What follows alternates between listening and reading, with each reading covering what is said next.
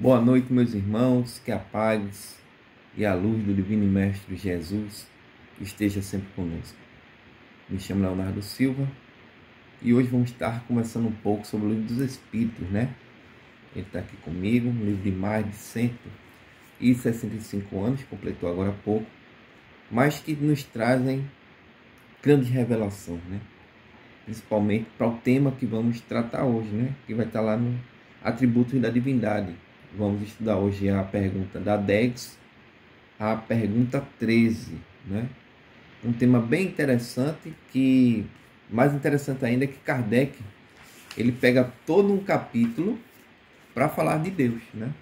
E ele vai falar Deus infinito, prova da existência de Deus, atributo da divindade e panteísmo, né? Ele pega todo um capítulo para estudar sobre o assunto. Eu sei que a pessoa antes de mim, ela já fez esse estudo da pergunta 1 a 9, né? E aí hoje a gente está dando prosseguimento ao restante das perguntas. Mas é interessantíssimo é que o homem sempre buscou saber quem é Deus, né? O que é Deus? Que é Deus? Porque as religiões hoje, na sua grande maioria, e aí eu falo culturalmente falando, traz um Deus de carne e osso como nós, né? Nos apresenta um Deus barbudo, sentado no trono, né? Dando ordens, na grande maioria das vezes se vingando, castigando, não é? Mas o Deus que nos foi apresentado é um Deus soberanamente bom e justo, que não tem mágoa, que não tem ódio, não é?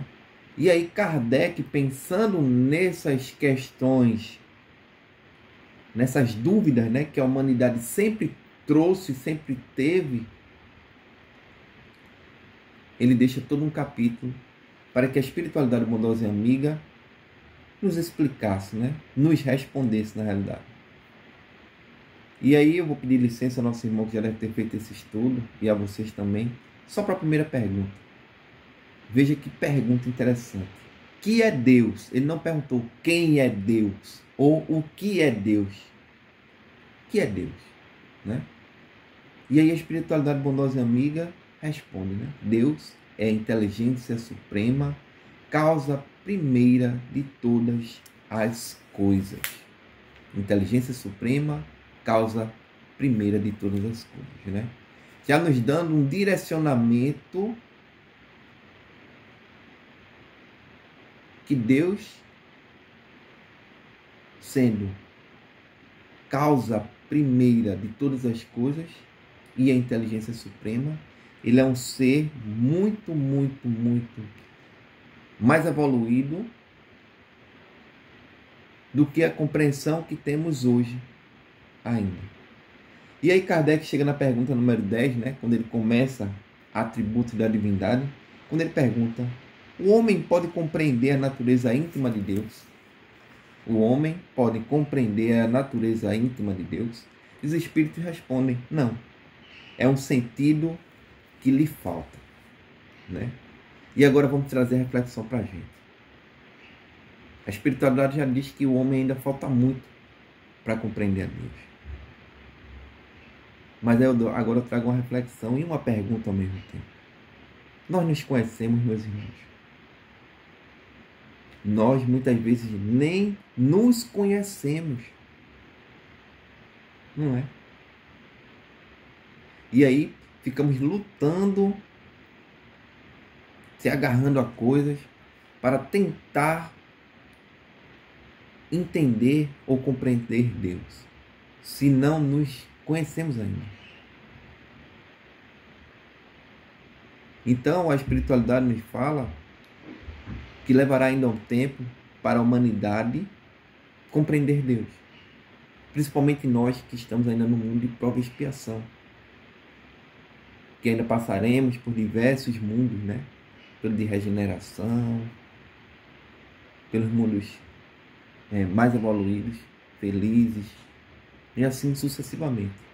Nós, de degrau em degrau, vamos começar a abrir o nosso entendimento para começarmos a entender pouco a pouco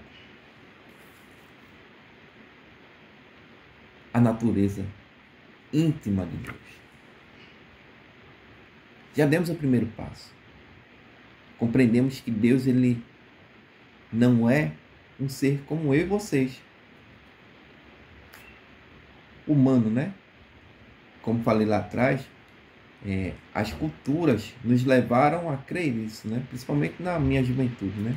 Deus vai te castigar, Deus vai fazer isso, vai fazer aquilo, né? E a gente começa a criar em nossa mente um Deus homem, sentado no trono, com a barba grande, né? Mandando ordens, né? E julgando aquele que ele acha que é certo ou errado, né? E não é bem isso. Quando a gente começa a estudar a doutrina espírita e conhecemos um Deus soberanamente bom e justo, né? E sempre nas minhas conversas eu digo, quem está esperando aqui o perdão de Deus, né? Muitas vezes Deus vai te perdoar, né? Quem está esperando o perdão de Deus, esqueça, porque Deus não perdoa ninguém, né? As pessoas arregalam cada olho, mas só quem perdoa, meus irmãos, é quem se sente ofendido. E Deus não se ofende de ninguém. Pelo contrário, Ele nos dá uma nova oportunidade, né? E uma das grandes novas oportunidades é a reencarnação. Uma nova oportunidade de fazer um novo começo, reparar erros do passado e seguir na sua trajetória evolutiva. Esse é o Deus que me foi apresentado. Esse é o Deus que eu acredito. E Kardec continua, né? Na questão 11. Um dia será dado ao homem compreender o mistério da divindade? E ele responde, né? Quando seu espírito não estiver mais obscurecido pela matéria e pela sua perfeição estiver próximo dele. Então ele o verá e o compreenderá. A inferioridade das faculdades do homem não lhe permite compreender a natureza íntima de Deus. Na infância da humanidade, o homem confunde frequentemente com uma criatura, da qual lhe atribui as imperfeições. Mas à medida que o senso moral se desenvolve nele, seu pensamento penetra melhor o fundo das coisas e dele faz uma ideia mais justa e mais conforme à sã razão, embora sempre incompleta. Veja que ele no final aqui ele diz o seguinte: embora sempre incompleta. Mas depende muito mais de nós, não é? Começar a mudar esse pensamento, né? Deixar aquele homem velho, começar um homem novo e evoluindo, crescendo, dia a dia, evolução a evolução, não é?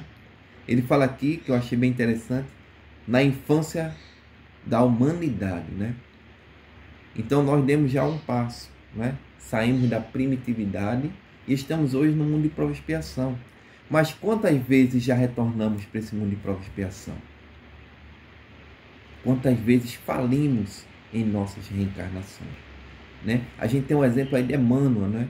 Na última conversa que eu tive no centro, eu falava que ele fala lá em um de seus livros que ele perde toda uma existência quando ele deixa de auxiliar o Cristo na crucificação, por não falar, não ser a favor do Cristo. Ele diz que perde toda uma existência. E aí teve que retornar novamente, não é? E aí, quanto de nós falhamos? Quanto de nós perdemos uma existência? Eu estou falando de agora, né? De encarnações passadas, mas não. Estou falando agora da atual existência. Quantas vezes nós perdemos uma existência porque não pensamos, porque falamos bobagem, porque pensamos bobagem, porque agimos contrariamente às leis divinas.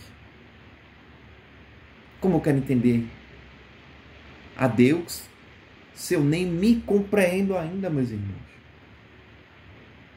Muitas vezes praticamos atos que dizem, meu Deus do céu, foi eu que fiz isso mesmo?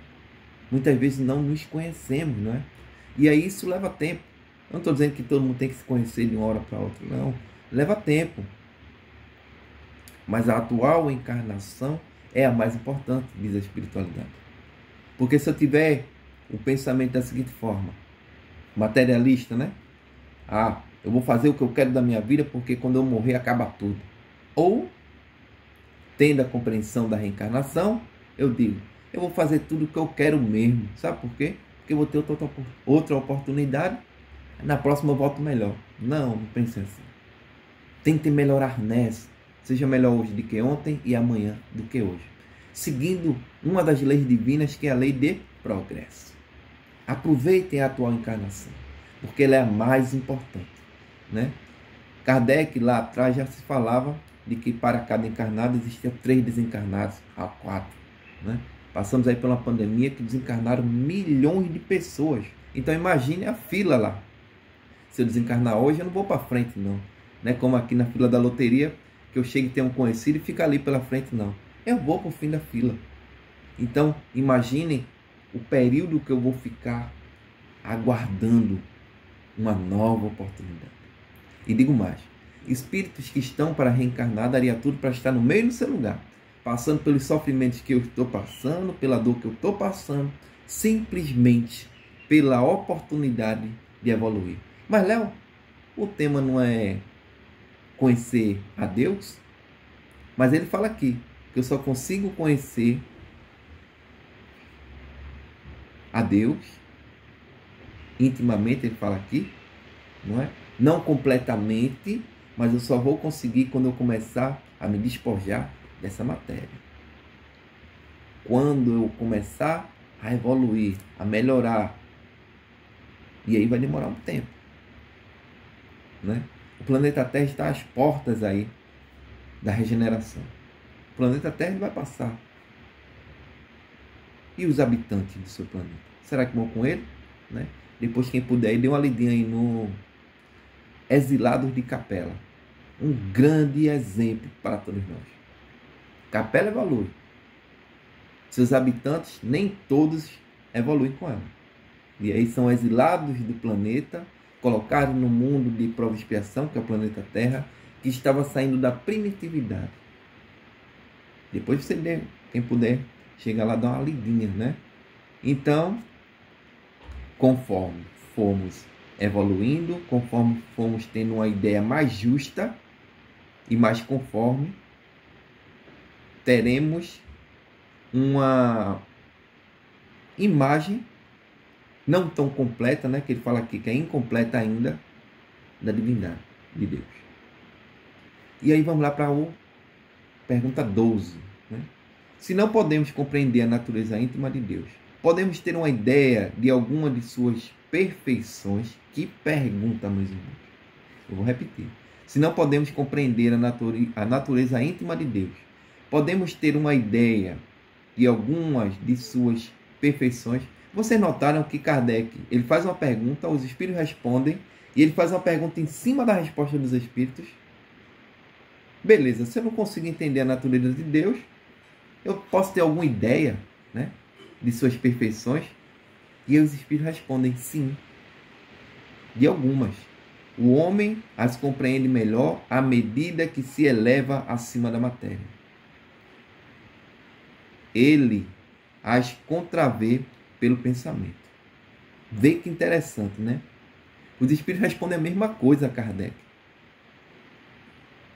O homem compreenderá melhor à medida que se eleva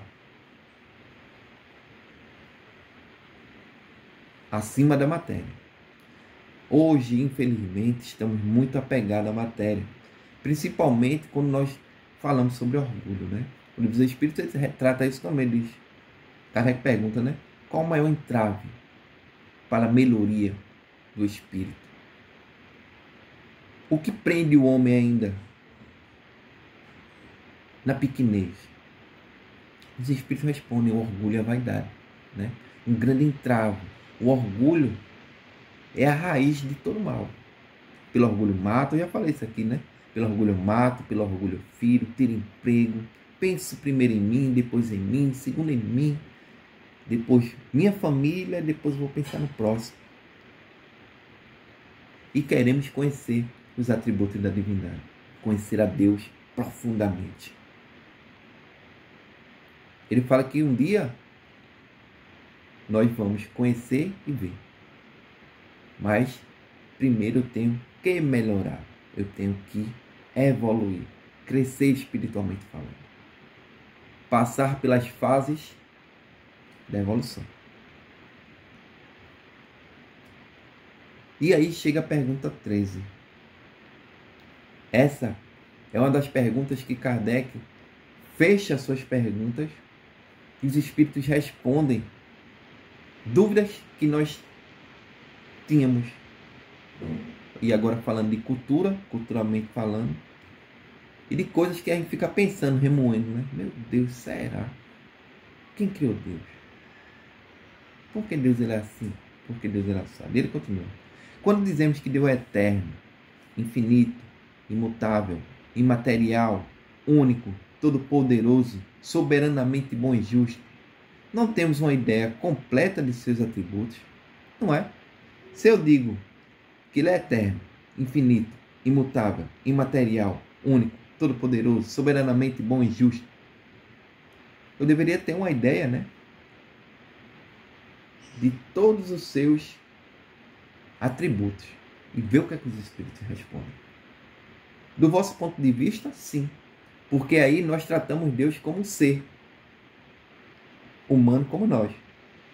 Porque se eu pegar e disser aqui, mas rapaz, meu irmão Buglé, ele é eterno, é infinito, imutável, imaterial, único, todo-poderoso, soberanamente bom e justo. Se eu levar ele para como pessoa encarnada, ele é o top. Mas aí os espíritos vêm do ponto de vista de vocês, sim. Porque creres tudo abraçar.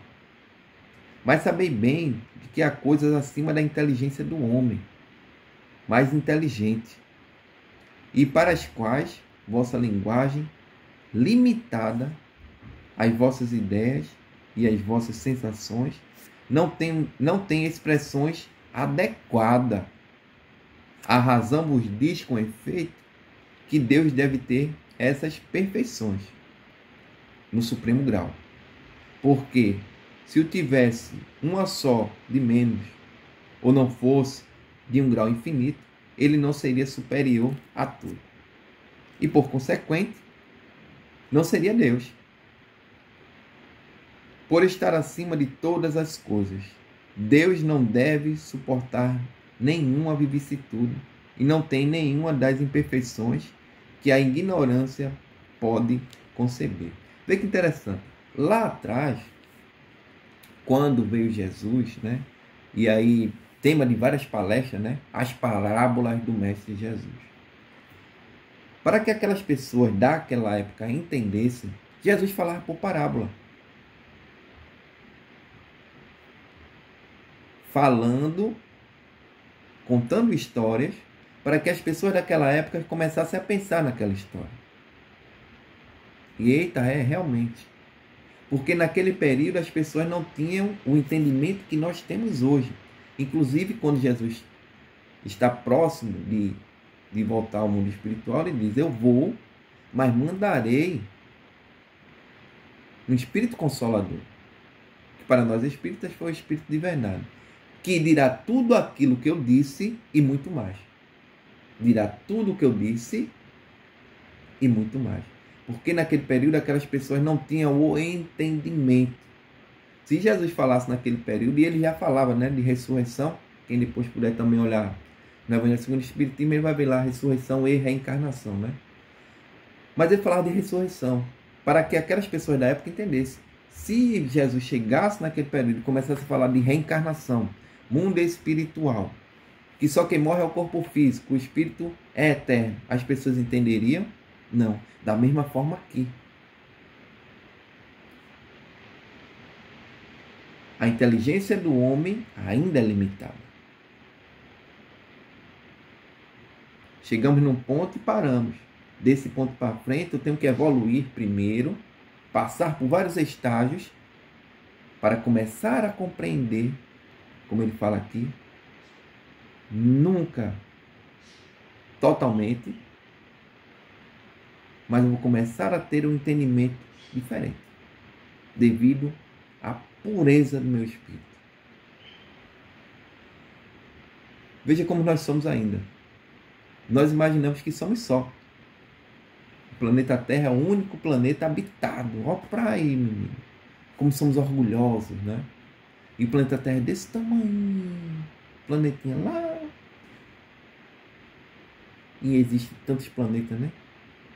E aí se fala dentro de toda a literatura espírita dos planetas habitados. De planetas que não precisam mais do corpo físico. Os seres são tão sutis que não conseguimos ver ao mundo, né? E aí Kardec vem explicando, a hora é rápido demais. Aqui dá um tema belíssimo para a gente conversar uma noite toda. Mas aí os espíritos começam, né? Deus é eterno.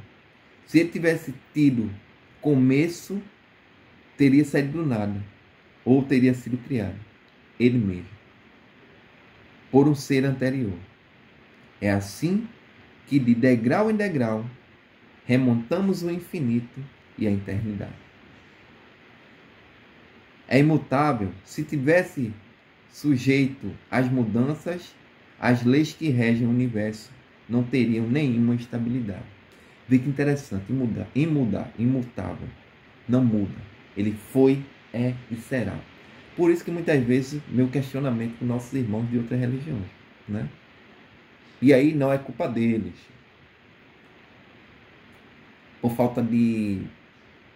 Por ignorância, falta de conhecimento, né? Se fala de um Deus lá atrás, como falei, né? Ele é criado como um Deus vingativo, um Deus que se vinga, um Deus que pede para que exército mate exército, né? E a gente vê muito isso lá no Antigo Testamento, né? Um livro importantíssimo para conhecimento, mas que se utilizado de forma errada, se formos olhar pela letra, pela palavra, e aí a palavra mata e o verbo vivifica. Então veja que se Deus ele é único e é imutável, ele foi, é e será soberanamente bom e justo. E ele continua, é imaterial, quer dizer, sua natureza é diferente de tudo o que chamamos matéria. De outro modo, ele não seria imutável, porque estaria sujeito a transformações da matéria. Veja que uma coisa agrega a outra. E ele continua, é único. Se houvesse vários deuses, não haveria unidade de vista, nem unidade de poder no ornamento divino, né? Lá atrás, antes de Jesus, até Jesus, se falava de vários deuses, né? O Egito, os egípcios cultuavam vários deuses, né? E aí chega Jesus falando de um Deus único, né? E por isso também ele é crucificado. É todo poderoso, porque é único. Se não tivesse o soberano poder, haveria alguma coisa mais poderosa, ou tão poderosa quanto ele. Não teria feito todas as coisas, e as que não tivesse feito seria obra de um outro Deus. Vê que interessante. A espiritualidade ela vem nos explicando. E aí, doutrina espírita, doutrina iluminadora de consciência. Uma doutrina que nos leva a pensar, nos leva a estudar. Por isso que eu falo, né? Muitas pessoas dizem, oxe, eu quero nada. Porque você tem que estudar. Tem que ler, não é? Tem que se debruçar ali. Quando eu entrei na doutrina espírita, e aí eu já fazia parte há muito tempo, né? Porque minha mãe sempre foi espírita e eu sempre participei de evangelho no lar com ela. E me dizia espírita, sou espírita e tal. E aí fui para o primeiro centro, que foi no Damião Oeste, né? Chegou lá, porque praticava caridade em hospital, sou espírita. E em uma palestra, eu não me recordo quem foi o palestrante, não sei se foi o Wilton ou se foi João Paulo, 18 de abril. E aí ele disse, ler é uma coisa, estudar é outra coisa, vivenciar é outra coisa. Eu disse, meu Deus do céu. E aí quando terminou, eu lembro que a pessoa que eu comecei foi João Paulo, acho que foi dele a palestra. disse, mas João Paulo, eu li o Evangelho todinho, né? Ele fez, já? Li todinho. Eu disse, não, realmente, você leu. Agora estude. De ponto em ponto, de vírgula em vírgula, palavras que você não entende, né? E essa semana eu vi o Wilton falando. As pessoas acham difícil que tem que estudar a doutrina espírita com dicionário. E é. Você aprende muito. Não só para dentro da doutrina, como para a sua vida. Conhecimento. Adquirir conhecimento. E Jesus disse lá, né? Conhecerás a verdade vos libertará. A doutrina espírita tem a verdade absoluta? Não. Qual a religião que tem a verdade absoluta? Eu acredito que nenhuma, né? Cada um traz seus pontos de vista, mas a verdade absoluta é Deus. Então, comecei a ler o Evangelho, inclusive não terminei ainda, já fazem mais de 10 anos. Eu estou na doutrina e eu não consegui terminar o Evangelho, de estudar todo o Evangelho. Começamos, eita, coisa interessante, nos debruçamos, coisa e tal. Também, claro, né? Não temos esse tempo todo. E eu acho que a maioria das pessoas não tem, porque tem que trabalhar, né? A gente tem o nosso projeto que agora eu me debrucei mais no projeto de palestra, né? Com a volta dos centros à ativa. Não que as palestras não estavam acontecendo, estavam, mas não com a quantidade que está acontecendo hoje, né? Antes a gente fazia 3, 4 palestras online. E hoje, voltando aos trabalhos, né? E aí as pessoas estão com fome, estão com sede do Evangelho.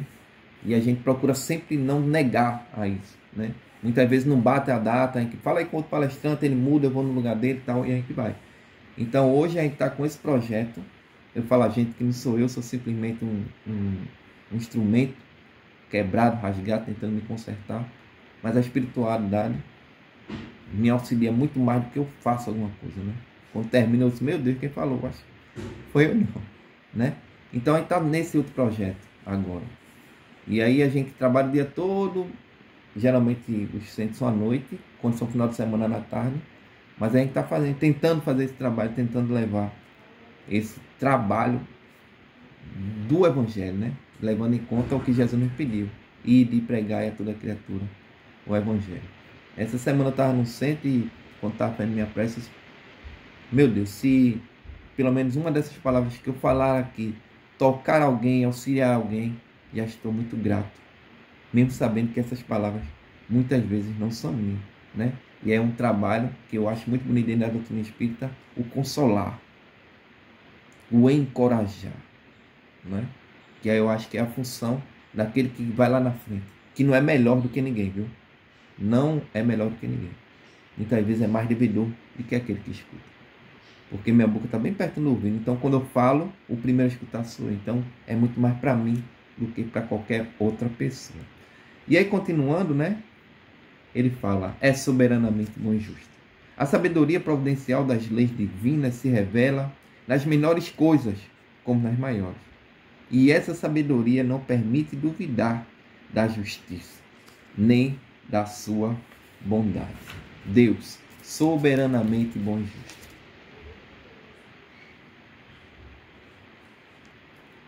Que nos auxilia em todos os momentos.